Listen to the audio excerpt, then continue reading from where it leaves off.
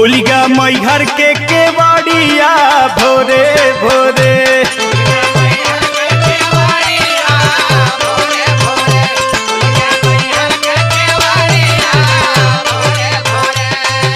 सूर सती मोर मतवा तो से दोनों जोड़ी हथवा सथवा छोड़ी जिन महतारिया भोरे भोरे।